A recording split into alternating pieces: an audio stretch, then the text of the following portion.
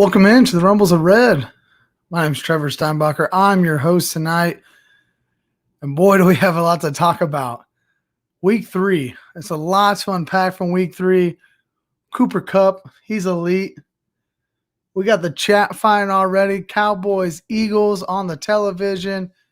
It's going to be a fun one tonight. Hope you're here. Hope you're joining us. If you are, hit that like button. And of course, jump into the chat.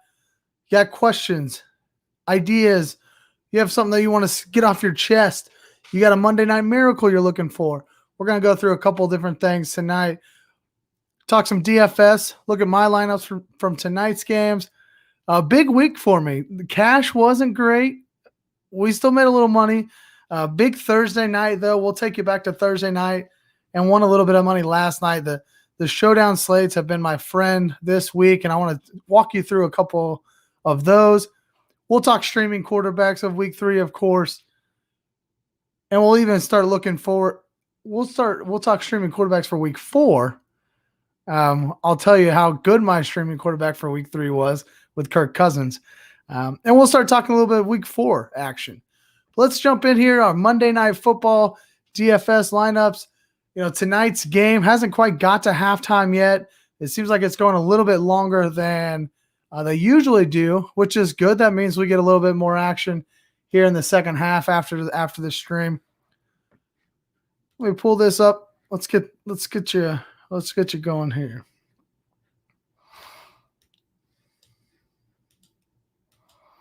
Let's hit the right button. Welcome in, Tyler. Go boys. A resident Cowboys fan. Somebody's got to do it. It's a weird game because both offenses have been starting inside their own 5. I think they said inside their own 1 even a couple of times. It's a weird game there. Let's jump in.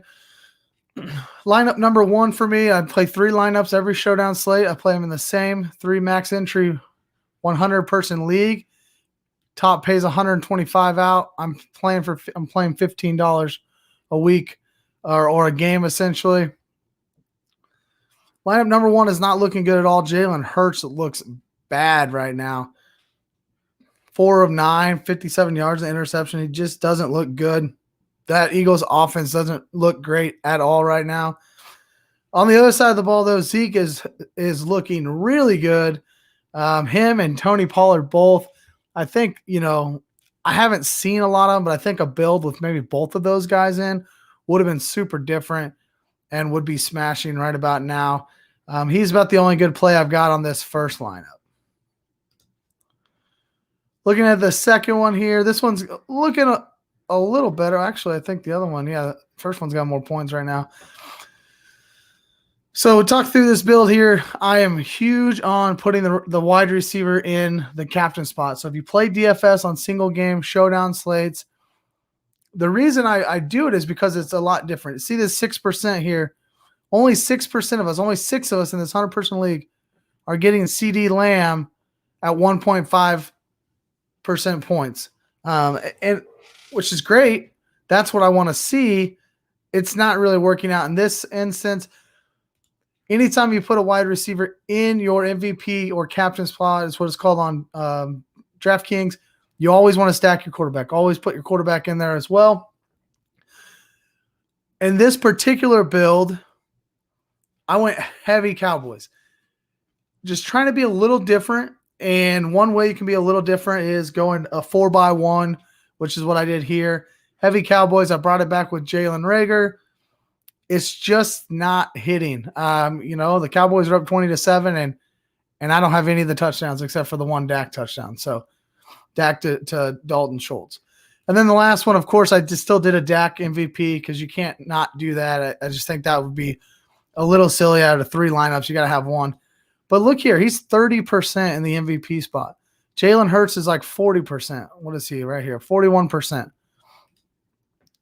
Right? So that's why I try to play wide receivers in the MVP just to be different as well. But Dak, what I did with Dak, I double stacked him with CeeDee Lamb and Dalton Schultz. Again, trying to be a little bit different. I sprinkled in some Kenny Gainwell. He's not doing a damn thing. What we got here? I love Zeke getting started, but he's killing me in gurus. I haven't even looked at Gurus yet. I was actually checking out some of my teams beforehand. I didn't look in that one, though.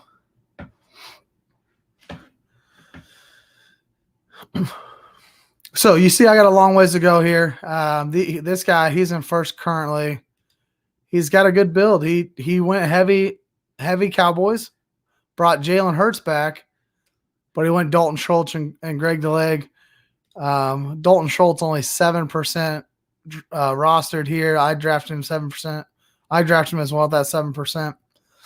But Jalen Hurts, so, for me, it's CeeDee Lamb versus Zeke right now. That's the 19 points that I'm missing here. Tough start to the game. We'll see how the second half goes. But let's move on. Let's talk a little bit about Sunday. Did you play DFS on Sunday? If you did, who did well for you? Who'd you have in there? Did you have Cooper Kupp? Mahomes, man. He hurt. It hurt. All right. Sunday cash game. Oh, that's Thursday. Sorry. My cash lineup this week was right on the line. I cashed in half my cash games and not in the other half. Like one of the games, it pays top 50, and I was 51st. Very frustrating. Very frustrating day. The afternoon, I messed up. I went Robert Woods. I thought I could save the salary to get to Godwin, and Woods would be fine, and he wasn't. I needed Cooper Kupp. Cooper Kupp won me a lot of money last week, and he lost me some money this week. And I should have just went back to him. I regret it. I even, in text messages that morning, said I probably am going to regret not playing Cooper Kupp. I don't know why I'm not playing him. I just like Robert Woods here. It just wasn't good. This is a cash lineup, so you see a lot of these 47, 62, 37. This is okay. It's okay if you're just playing a cash game. Again, 50% of the field doubles their money. Well, I think it's like plus 40%. This is a $5 game, and I won $9. So I got $4 out of the deal.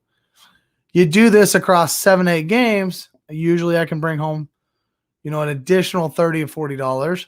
I'm not playing high stakes, but if you want to put in $100, put it across multiple games, see if you can come out $100 richer on the other side. And you're okay with this. I was very surprised Mahomes is only 1% rostered, but he's just so expensive. It's hard to play him. I played him with Kelsey. Kelsey didn't get to where you need him to get. Not at 8,500. He didn't even really go 1.5 there. You would like to see this closer to 16 or 20, 2.5. That's where you want to see a guy like Travis Kelsey. He didn't get there.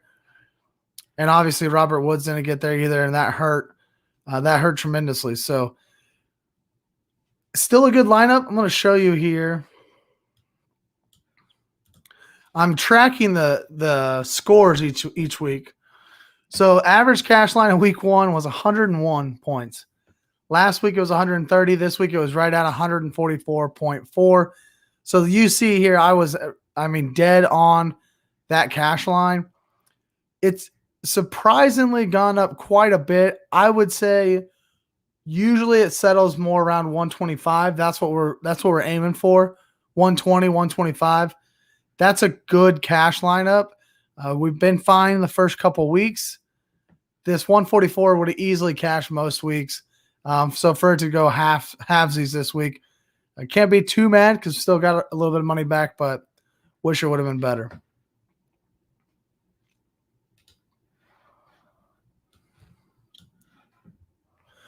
Now I want to talk about the good stuff. That was the bad stuff. Let's go to the good stuff. Thursday night. It was good. It was also bad. So Thursday night, I throw a Sam Darnold double stack in. Sam Darnold, DJ Moore, Robbie Anderson, and I bring it back with Brandon Cooks. So this, again, I was actually just telling you about my Cowboys lineup where I went 4 versus 1. I did the same thing on Thursday night with the Panthers. Played 4 Panthers, brought it back with 1 Brandon Cooks. Nailed the comeback, or nailed the bring back. right? This was the perfect play from Houston. 9 catches, 112 yards. Couldn't have made a better play here. Everything was great except for this. So I'm up here at the top, $75. This guy beats me by 0.4. 0.4, 75-19, 75-59. We both have Darnold. We both have DJ Moore. We both have Brandon Cooks. This is what's frustrating. One field goal by Joey Sly for 50 yards. Gave him 5 points. This Zystra guy didn't even get a target, I don't believe. One field goal for 5 points. Beats Robbie Anderson and Dan Arnold together. Come on. I couldn't get anything from Robbie Anderson. 4 more yards. 1 more catch. I don't care anything. Hand him the ball. What is going on with Robbie Anderson? Is he done? Where's he at? Why is he not showing up on the field anymore? 0.4. And Robbie Anderson gets 1 catch for 8 yards. It's $50. But still, when you're only playing $15 a game, that's great ROI. I'll take the 75. I actually cashed in a second lineup here at 15. So I came out $75 ahead. But I could have come out 125 if Robbie Anderson could have got 1 more catch. I couldn't believe it. I was so tilted Thursday night that a 1 field goal. Joey Sly did one thing the whole game. And that's why I lost. Why doesn't he lose points for missing an extra point? That would have been nice. Buddy of mine lost his cash this week because the Raiders gave up a field goal in overtime, and that lost his cash game. I'm trying to get back over here. That lost his cash game. He lost his cash because the Raiders gave up a field goal in overtime. That's tough. It's fantasy football. Fantasy football is just it's a fun game, but it's a tough game. I'll take the winnings when I can get them, and I'm ready to compete again next week. Ready to get back into the cash game. All right, one more lineup here. I'll show you last night's, and then we'll get into red 6-pack. Last night I run out Devontae Adams again. Once again, we're coming here. We're throwing out the wide receiver. Look, 61% drafted, only 15% in the MVP spot. That's what we want to see. It doesn't always work out. I just won money on Sam Darnold being in the MVP spot. But it's all about the lineup builds. I'm building 3 lineups every slate, just 3 for a single game. I always put one of the best wide receivers in the MVP spot because I think that's the most important thing. I stacked him with Aaron Rodgers, of course. Put MVS in there. Brought it back with Ayuk, George Kittle. Really, really solid lineup here. But it wasn't as good as Mason Crosby's 16 points. Man's a beast. 250-yarders. There's just no competing with that. I don't play kickers usually when the total is high. I just most of the time, kickers don't get there for you. In this case, they did. Touche to this guy. He played him. He takes the top. I'll take the winnings and stay in the green for single game slates. All right, let's get after it. Let's get into the red 6-pack here. What are some of your takeaways from week 3? What are some of your takeaways?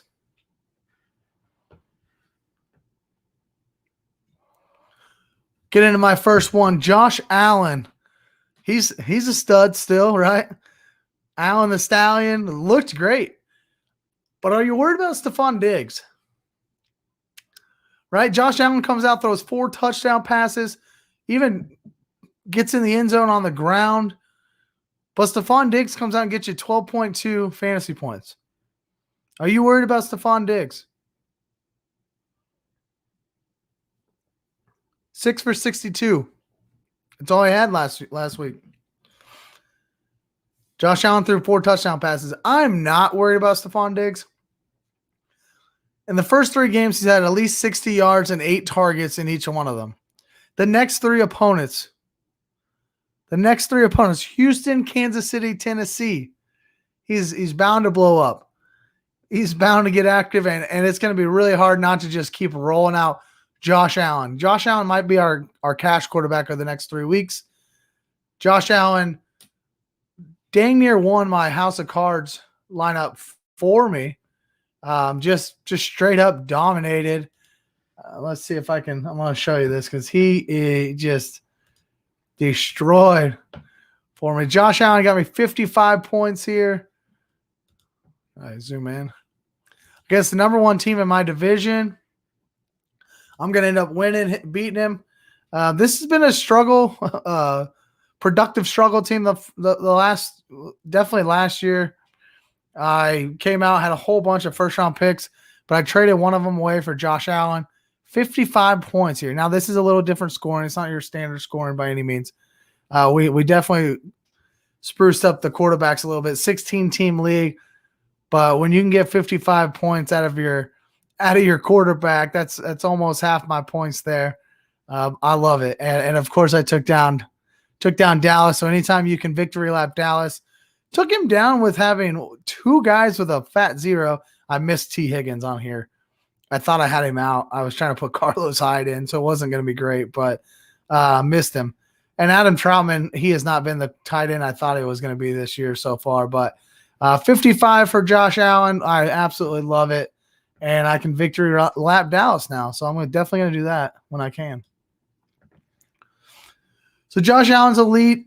I'm not worried about Stephon Diggs. You might be, but just give him some time here. Again, Houston, Kansas City, Tennessee, the next 3 weeks. Cue Stephon Diggs up. Don't be surprised if he's not the number 1 wide receiver over the next 3 weeks combined. Number 2, Cooper Kupp is elite status. I'm going to read you some numbers. Here's a stat line for the first 3 weeks.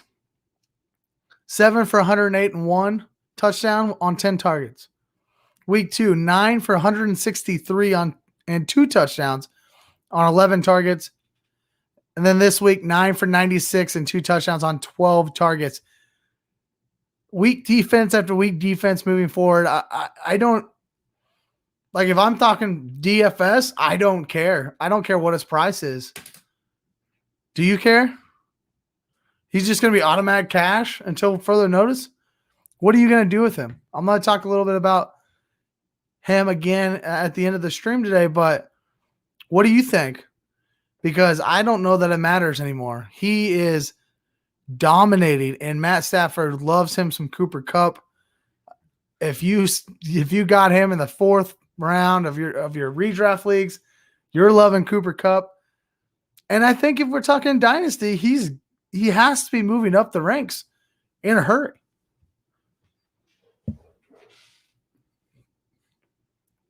I would have had Chris Godwin, Calvin Ridley. I would have had those guys ahead of him in dynasty to start the year.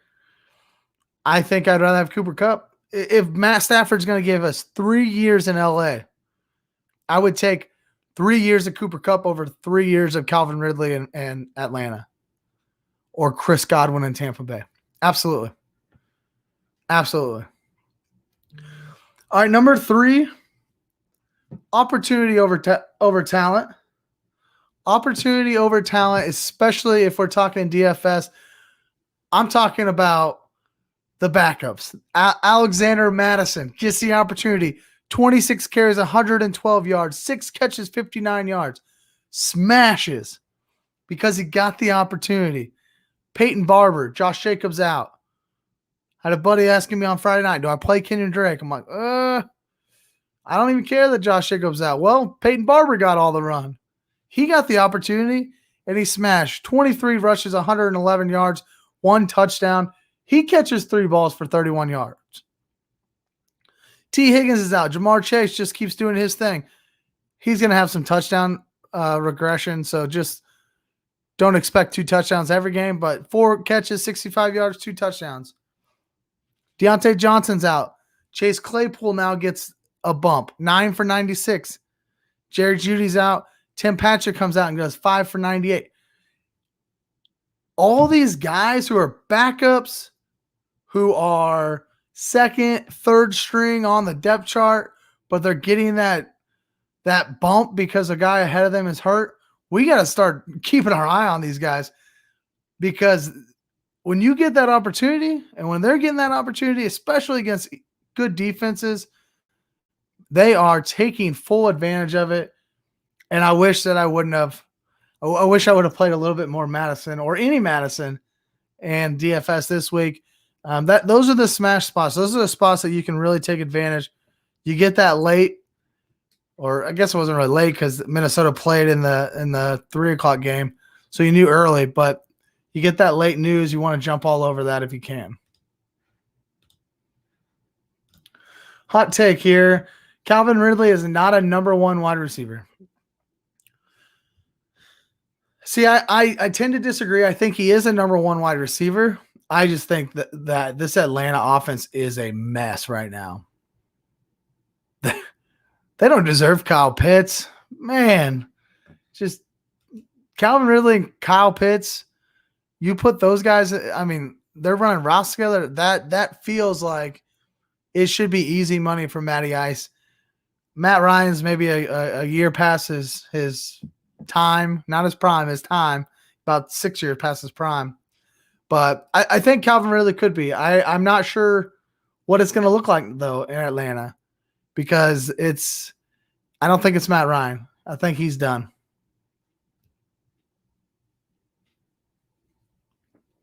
Number 4, Mike Williams. He's a machine.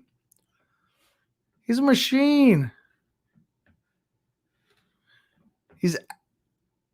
He's average. Oh, he went 7 for 122 and 2 touchdowns, 9 targets. He's the touchdown machine there for LA. Keenan Allen still got his, but Herbert's looking for Mike Williams in the end zone. 20 plus points, PPR points in each game this year. He's got 7 receptions at least in each game this year, and he's got a touchdown in every game this year. You drafted this guy in the 10th, 11th round. The talent has always been there. It's the injuries. He can't stay healthy. So far through 3 games, he's completely paid off for you. Are you playing him? Has he been in your lineup? Because it's hard to play a guy that you draft in the 10th or 11th round. I understand that. But I hope he's in your lineup because he is a machine, and he's just going to keep eating in the touchdown area, in the red zone, because Justin Herbert is looking for him. Like, he was actively looking for Mike Williams anytime they got close to the end zone. Throw it up, jump ball. He took advantage of it, took care of it, dominated the Chiefs, and he's dominating in fantasy football right now. Number 5, not so positive stuff, but don't panic on Darren Waller. Second straight game with 5 catches on 7 targets. You know, he comes out 19 targets in week 1. Everyone's feeling great. We all told you he's going to be better than Travis Kelce this year. He's not the consistent tight end that Travis Kelce is. We just talked about how Travis Kelce had a bad game. He got like 13.5 fantasy points. He's consistent. Darren Waller is not as consistent, but he still has a safe floor. This week, he goes 5 for 54, 10.4 PPR points. That's probably his floor game. I can see a world where that's the lowest game he has all year. 5 catches, 54 yards. He's going to have those games, but don't panic. Don't go trying to trade him away right now, because as soon as you do, you're going to blink, and he's going to come out with 10 catches, 150 yards, and 2 touchdowns, because he has that kind of skill. And this offense will still go through him. So don't panic on Darren Waller. Unless you're in a league with me and you want to trade him, then you can panic and trade him to me. Otherwise, don't panic. See, don't panic. He's fine. He's going to be just fine. Number 6, Kirk Cousins, baby. Kirk Cousins. You like that. He continues to get it done. He was my streaming quarterback of the week for week 2 and week 3. 25 fantasy points in both weeks. He's taking care of the ball. He's stupid efficient. 79% of his passes have been completions. 30 for 38, 323 yards, and 3 touchdowns. He's going up against Cleveland this week. It's going to be a tough game. Probably not a guy I'm looking to start. But after this week, Detroit, Carolina, weeks 5 and 6, scoop him up right now. If he's still out there in your leagues, scoop him up, put him on your bench, ride that heat wave the next 2 weeks in week 5 and 6. I'm very, very weary about playing him against Cleveland this week. I think that defense is a top 5 defense in the NFL. But Detroit and Carolina, absolutely. You can go ahead and play him in those games. And he continues to get it done. 79%. That's ridiculous. It's great efficiency. He's had a great start to this season. Love some Kirk Cousins going on right now. Let's jump into waiver wires here. Let's transition now. Who's on your radar this week? Let me know if you're in the chat tonight. Thanks for joining us. I'm happy you're here. Just throw a couple names out. Who do you think is going to be a guy that you're going to go get this week in the waiver wires? And while you're there, go ahead and hit that like button.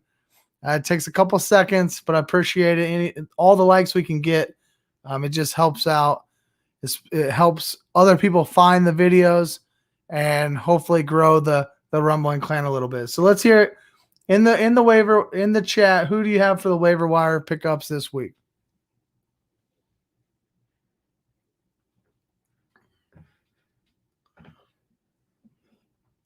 Got a Josh Gordon in here. Welcome to Kansas City, Gordon. You know, I don't hate the Chiefs picking him up. Sign him to the practice squad.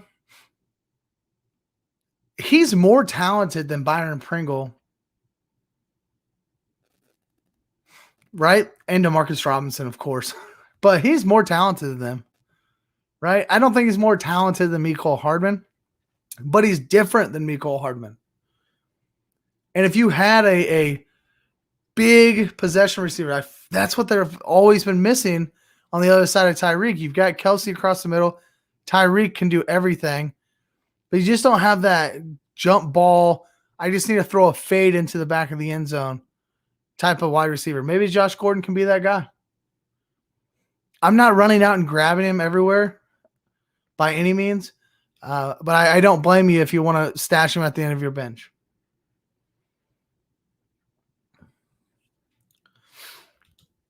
All right, this one, I have Williams on 2 teams and still haven't started him. Probably won't start him this week. Actually trying to trade for a number 1 running back. We're talking Mike Williams still. Yeah, I think I'd be starting him for sure. I also don't hate that idea at all, especially knowing his history of injury. He just goes and gets it, and he doesn't care, which is great. You kind of want that, but he can't stay healthy. So I don't mind that at all. After his hot start, see what you can get for him. See what you can get for him. See if you can get that number 1 running back. And you trade him for Christian McCaffrey, who's going to be out for the next 3 weeks. Just eat it. Speaking of Christian McCaffrey, he's going to start off our waiver wire ads. Not him himself, but his backup, Chuba Hubbard, 11.7% rostered in ESPN. McCaffrey is going to be missing some time once again this year. Unfortunately, it looks like that hamstring strain is going to put him out for a couple weeks. It does look like he's going to avoid the IR potentially, but that's still a game or two. And Chuba looked like the dominant lead back on Thursday once Christian McCaffrey went out. 11 carries, 52 yards. He caught 3 balls for 27 yards. And he's got both of these defenses that are playing tonight, Dallas and Philly, coming up, along with Minnesota. three defenses that don't look good. I don't care what you say about Dallas. Philadelphia is terrible, apparently, because I shouldn't say that too loud because our beloved Chiefs play them next week. But this Dallas defense is not good, so don't let them fool you here. Chuba against these three defenses coming up, I think he's flex worthy. He's a guy that you can add this week and play him in your flex this week. That's what we like to find on the waiver wire. That's what we want to go get. If it's hard to handcuff a guy like Christian McCaffrey just because there's not usually a number one behind him. But I think on Thursday night we saw that Chuba was going to be the guy if Christian McCaffrey wasn't playing. Go get him. He's my number one guy this week. First guy I will be looking at. If you have Christian McCaffrey and you're going to miss him for the next 2 weeks and you didn't spend $99 on Eli Mitchell, how much are you going to spend on Chuba? 60% maybe?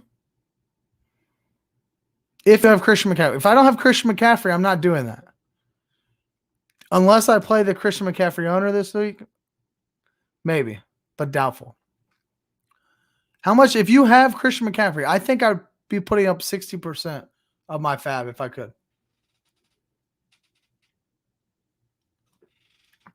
My second waiver wire ad this week, Emmanuel Sanders, 23.3% of ESPN leagues. And you can do worse than the Bills' second pass catcher. The second best wide receiver on this Bills offense. And he's only rostered in less than a quarter of ESPN leagues. 5 catches, 94 yards, 2 touchdowns this past week. You got to remember, he's new to this offense. He's got to settle in a little bit here. And I believe he's starting to. Look, the touchdowns, obviously, that they create an outlier. Right? You get 2 touchdowns, you're already going to stand out there. But Josh Allen is looking for him. His targets the first 3 weeks, 8, 6, and 6. So he's being targeted. It's not the greatest target share that it's in the NFL, but it's good enough. And on this Bills offense that's going to score a ton of points all season long, he's only rostered in less than a quarter of ESPN leagues. Houston, Texas, Kansas City, Tennessee. We talked about the Bills earlier. The next 3 games are so soft. Give me the Bills and give me all the Bills. Emmanuel Sanders, it might be the second best wide receiver, but I want him on my team. And he's out there. He's out there in your league. Go get him. All right, my last waiver wire ad for week 4 is Giovanni Bernard. This one's a deeper one. I like to try to give you guys somebody a little bit deeper here. Definitely not someone I'm going to go get. Definitely not somebody I'm going to go get instantly, right? If I have a deep bench, if it's a deep league, 14, 16 team league, any other of those kind of reasons why you have a lot more players in action, I'm going to look at Gio Bernard. He was brought in to be the James White of this offense. He's only rostered in 12% of ESPN leagues. And Tampa Bay has completely abandoned the run. Like, I'm about to do a Drop City Baby segment. And the only reason Tampa Bay's Ronald Jones and Leonard Fournette are not on there is because it's really hard to drop running backs right now because there's not very many of them. Definitely not very many of them you can rely on week to week.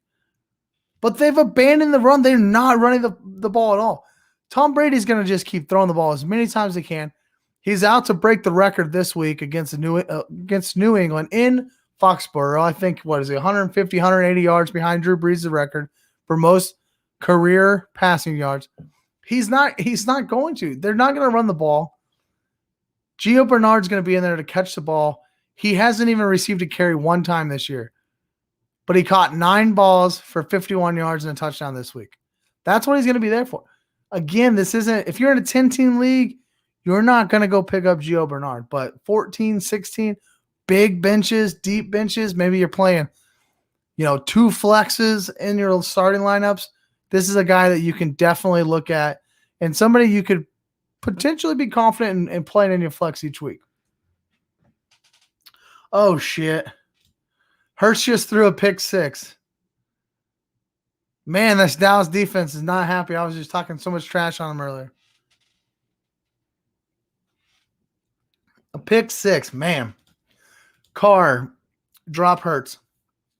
Derek Carr's been on my streaming quarterbacks list as well, along with Kirk Cousins the last couple weeks. Nothing wrong with that. Hurts doesn't look good. I had him. We're gonna talk a little bit about DFS here for week 4. I had Hurts as my go-to for cash this next week. Thinking against the Chiefs, maybe that's the right play, but he hasn't looked good tonight. And now a pick 6. Whew. All right, let's move on. Drop City, baby. This is the actual segment that you want to fade. Fade this segment of mine. Last week I told you can drop James Conner. Wasn't doing a damn thing. Get him out of here. If you need the spot, just drop him. You don't have to drop him, but just drop him if you need to. He goes out, gets you 2 touchdowns. That's great. I also said you should drop Marquez Callaway. He's a guy you need to drop. Stop putting him on your bench. He's wasting a spot. He found pay dirt as well. So I'm going to give you 2 more guys this week, and do what you will with this. Now, the first one, though, is A.J. Dillon, 64% nearly in ESPN leagues. If you have Aaron Jones and A.J. Dillon is a handcuff to Aaron Jones for you, okay, keep him. Don't drop him. But if you just have A.J. Dillon, just have A.J. Dillon, he is wasting a roster spot on your team. He's getting 6 to 8 touches a game, and he hasn't surpassed 26 total yards in any games yet in the first 3 games. He's not going to get the workload without Aaron Jones. Aaron Jones looks phenomenal. This Packers offense is going to go through Aaron Rodgers, Aaron Jones, and Devontae Adams. No one else. MVS is going to get involved. Tanyan will be involved. A.J. Dillon is not going to be involved. At least right now, it does not look like that. So either drop him this week or go trade him. Trade him to the Aaron Jones manager. We've seen enough injuries so far. Use that as bait. Hey, look what happened to Christian McCaffrey. Hey, you want to be careful because these elite running backs, I've got your number 1 guy behind him. If Aaron Jones goes down, here's A.J. Dillon. You're set. Try to go that route. Get rid of him, though. If you don't have Aaron Jones, you don't need A.J. Dillon at all. He's wasting a spot on your roster. The other guy here in Drop City, baby, is Trevor Lawrence. 53.7% rostered in ESPN leagues, and I get it. Yeah, he was the hot name, number 1 overall draft pick this year. He was the hot commodity. Everybody wanted to draft Trevor Lawrence. Well, guess what? The team, the Jacksonville Jaguars, they still suck. Yeah. And if you're in a standard 10, 12 team league, Trevor Lawrence has 0 value. 0 value. 9 turnovers to his 5 touchdowns through 3 games. 9 turnovers. All right. He's going to be great. I've got him in a dynasty league. I'm excited for him in a dynasty league. But he's not going to be good this year. And the Jacksonville Jaguars are not going to be good. And Urban Meyer just needs to get fired already. And they just need to move on. Completing just 54% of his passes. His pass catchers are fine. DJ Chark, LaVisca, those guys are going to be fine. Marvin Jones looks good. But Trevor Lawrence is not going to carry enough value because of the turnovers that he has, the amount of times he's going to be sacked. He's only completing 54% of his passes. He's just not going to bring you enough value, especially in those 10, 12-team leagues.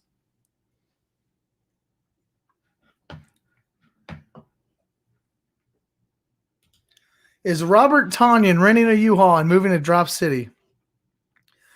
Here's the thing with tight ends. It's really hard to tell you to drop a tight end right now.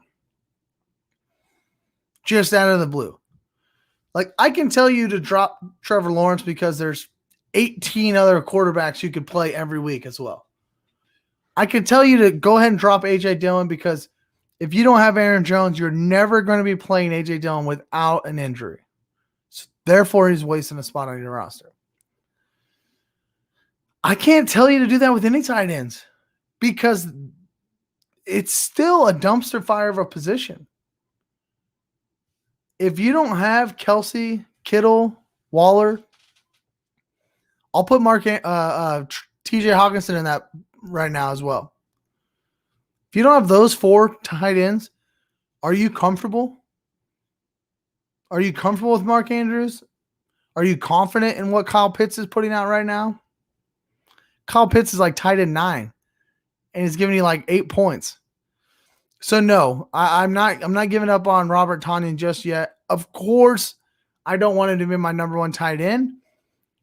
But after you get past like the first 6 or 7, it's so touchdown dependent that I want to keep a guy who's going to be on a high flying offense that's going to score a lot of touchdowns. Now, right now, I might take Dalton Schultz over him. Dalton Schultz looks good tonight. Maybe Blake Jarwin, but I'm not just going to drop him just to drop him. There's just not enough tight ends out there right now to be confident in that. If there's a good tight end on your waiver wire, absolutely you can drop him, but I'm not going to just go out and tell you to drop him. All right, our premature drops player of the week, Corey Davis. He's rostered on nearly 84%. I don't think that you're really looking to drop him right now. But when I was looking through, I'm like, man, that's a guy that just feels like could be dropped a lot because he plays for the Jets and because he's given you less than 10 points over the last 2 games. But he's been going up against top defenses, and the Jets are going to be bad. But he's still got 10 targets this week. And they're going to play from behind every week. And if he's going to get double-digit targets, he's going to be fine. And the next 2 weeks, not the tough defenses that he's been playing. Tennessee, Atlanta over the next 2. So not only is he a guy that you shouldn't drop, he's a guy you should start this week. Get him back in the flex, get him back in your lineup, and have some faith in Corey Davis. And don't go dropping him. Don't go dropping him. The Jets are bad. Anytime you have a team that bad, it feels like you can just drop everybody from their team. Right? You're like, oh, this team is not good. But look at Brandon Cooks in Houston.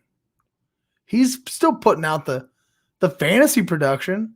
The team is garbage, but he's going to produce in fantasy. I think we're going to see something similar from Corey Davis this year. Garbage team. Corey Davis getting a lot of time in garbage time. Racking up double-digit targets. You like that a lot. And hopefully he gets you back in the winning column this week.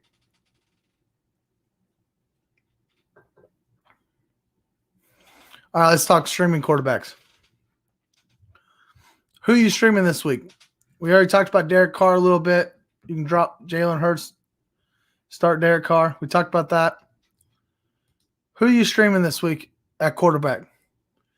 Derek Carr, Kirk Cousins, they could just be staples to this segment each and every week. I could come on here every week and I could just tell you and talk to you about them.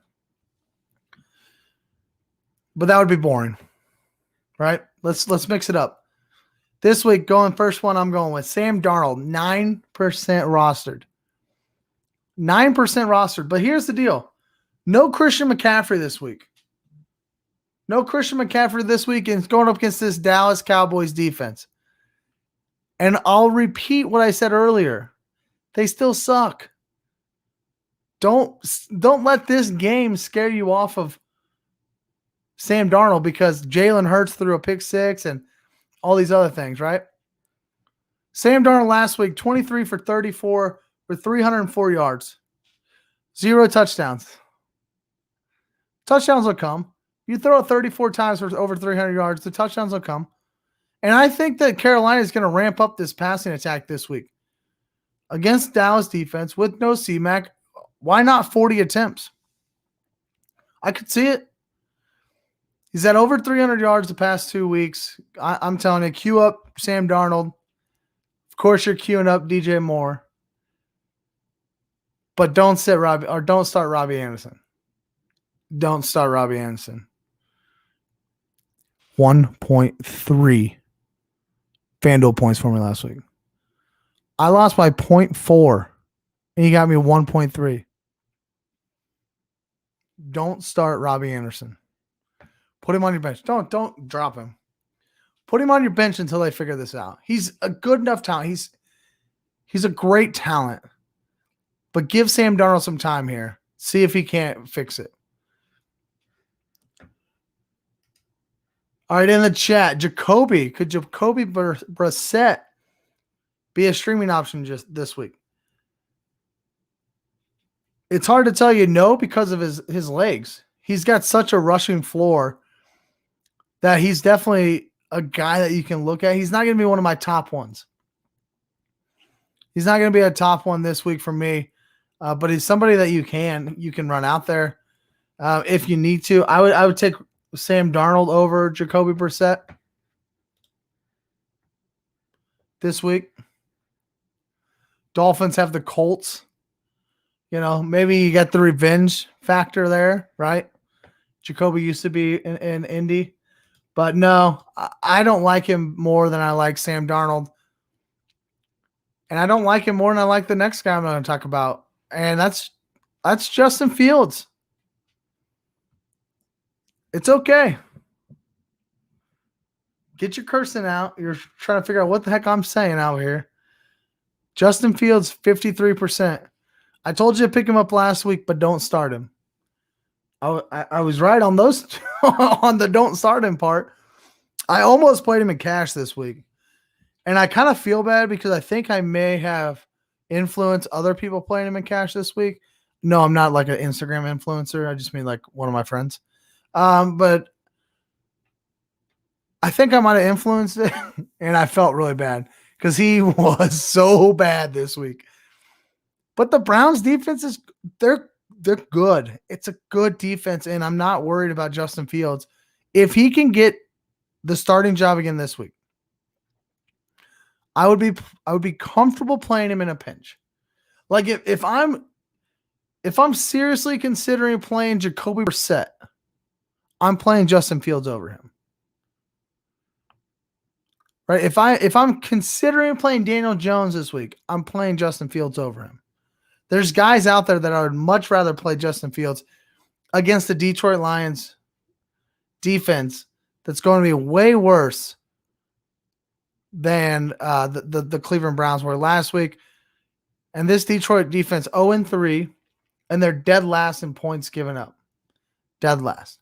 I'm not going to tell you who they're tied with, but you could probably guess by the walls of my house. All right, let's what we got? 10 minutes here. How's the game going? Guys, I love going live with you guys. It goes so fast though. So fast. Things are not going well for me on this slate. That's what I get. I had 2 good ones and probably going to have 1 bad one. That's all right. Still be in the green for the week.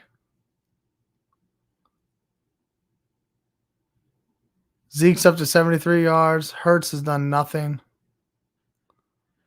Man.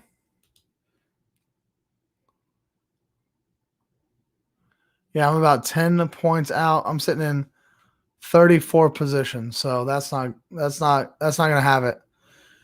But let's wrap this up. Let's finish up last 10 minutes here. We'll get out of here by taking an early look at week 4. Take a look at week 4. What's once Cowboys defense playing out of their mind? Well, we know they're not good. We know they're not that good, so I would agree. They got to be playing out of their mind. Although this does make me feel a little bit more comfortable about the Chiefs playing the Eagles next week, because earlier today I was a little bit nervous about this game, and maybe I still should be. 1-2, sitting at the bottom of AFC West all by themselves.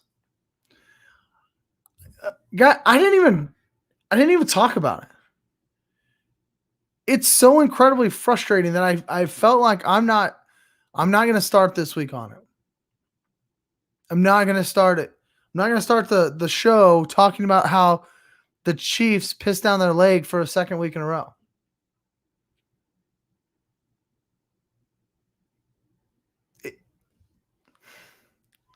You get the ball back, and you're in perfect 2-minute drive situation. You go down, and all you got to do is score. Your defense just did everything they needed to. Finally, they don't give up a touchdown with the other team in the red zone. Finally, held them to a field goal.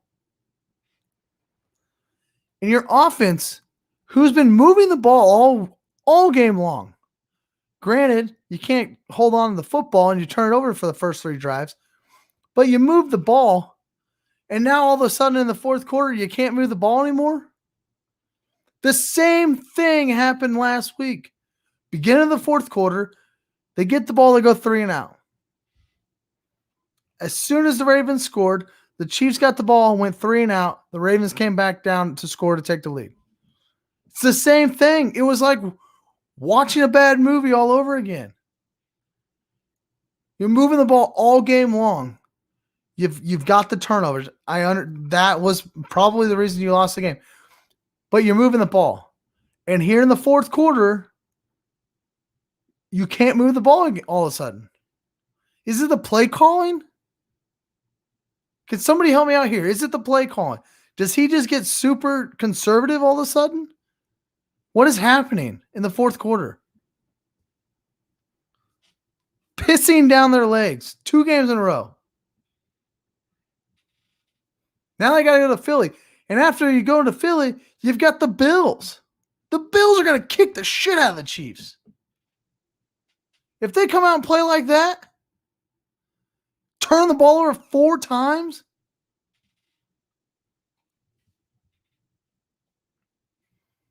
I wasn't going to talk about it this week. Man. Wasn't going to talk about it this week. But Philadelphia looking bad makes me feel a little bit more confident that the Chiefs can maybe pull off a win next week. We'll see, because the basement sucks. They're going to be okay. They're going to be fine. They're going to get it figured out. They got to get a win. It's like must-win situation, I feel like.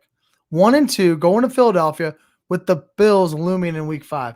It's a must-win situation, in my opinion, for the Chiefs this week. You lose in Philadelphia and go to 1-3, you got to think you're going 1-4 now. 1-4, and you got 2 teams undefeated in your division right now. You got to go win this game. All right, let's talk about other storylines in week 4, storylines that I'm actually looking forward to. And that's the Cardinals versus the Rams this week. Rams, huge win over Tampa Bay. They feel like they are the team to beat in the NFC. Whereas the Cardinals, they're 3-0 as well, sneaking by a couple games, but nonetheless, 3-0. Do you think the Cardinals can keep up with the Rams this week?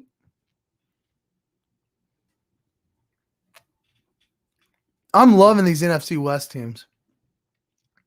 They're always playing the 3 o'clock slot, so they're great. They're great late swap to them. I'm loving it. Hurts touchdown to Ertz. I think I'm too far out of it, though. I'm loving this NFC East team, though. These East teams. That's what I was trying to say. I think I'm too far out of it. Hey, guys, we got action. I'm not out of it yet. Hurts touchdown to Ertz. Say that about 15 times fast. All right, here, I'm pulling it up. Nope. Getting rid of it. It's clearly going too slow. It put me back in the money, I think.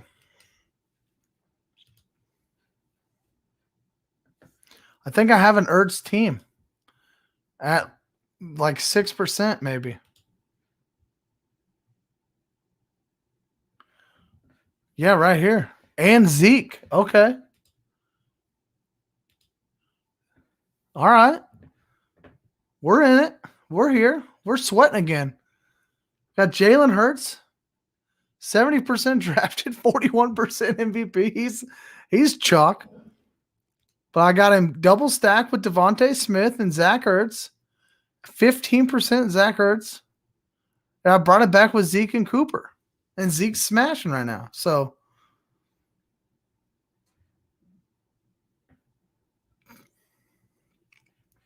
currently sitting in 9th place. Let's go. All right.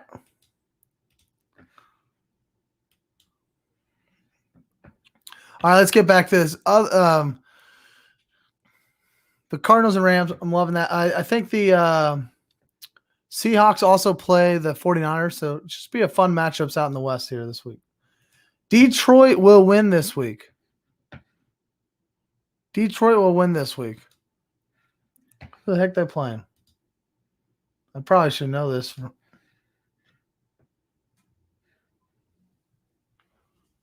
are they playing?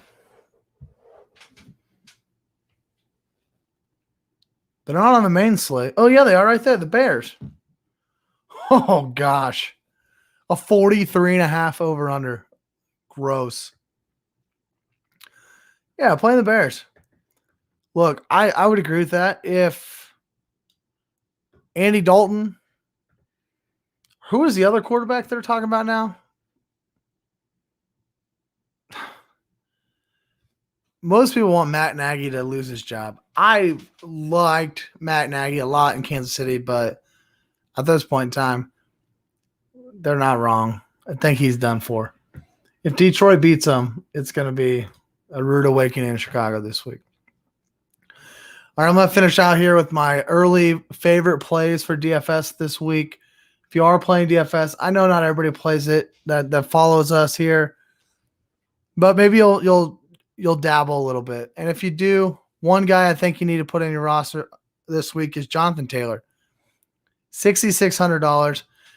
One of the guys I interact with and follow a lot is Justin over there at 14 Personnel. You should look him up at Justin_14P. Follow 14 Personnel on YouTube. They got some good content over there.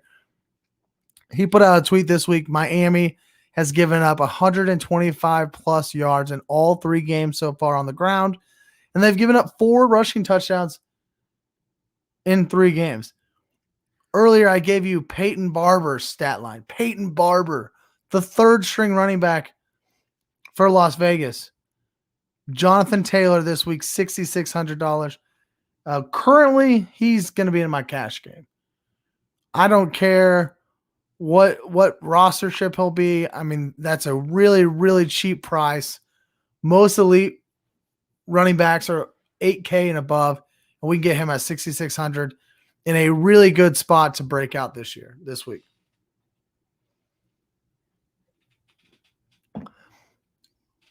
Another early favorite player of mine is Jalen Hurts still.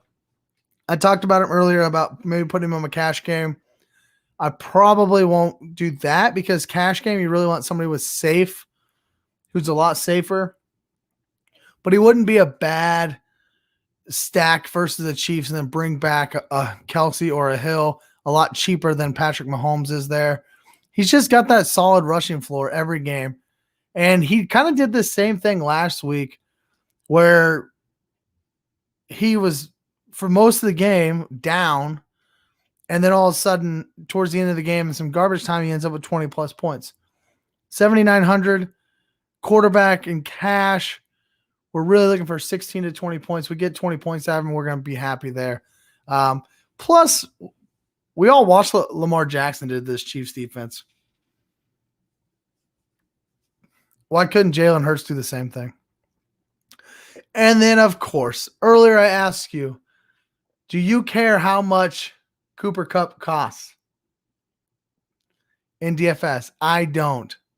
$8,600. He is the top priced wide receiver on FanDuel for the main slate. Main slate is all the 12 o'clock games and all the 3 p.m. games here in Central Time, the right time zone here. $8,600. I don't care. I don't care how much it costs. He's in another great matchup against a bad Cardinals secondary.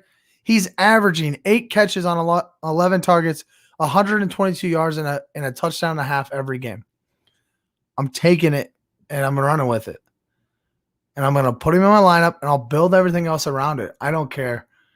He is just way too hot right now. And I faded him in cash this week, and I lost money. I'm not doing that again. I'm not doing that again. If you learned one thing tonight, it's Cooper Kupp is elite. Hit that like button on your way out, please. Subscribe to my YouTube channel at The Rumbles of Red. Follow me on Twitter at Trev's Fantasy Pod. You can also find the podcast the next day. I'll be putting it out tonight. It'll be up tomorrow morning. Find it on Apple, Spotify, Google Podcasts. If you want, leave me a review. Hit those 5 stars. Leave me a review. It helps grow the podcast. It helps grow the listenership. Thank you all for joining me. Thank you for joining me in the chat. Let's go sweat out some more single game slate DFS, some more Hurts to Ertz. Y'all have a great week. Good luck in week 4. Goodbye.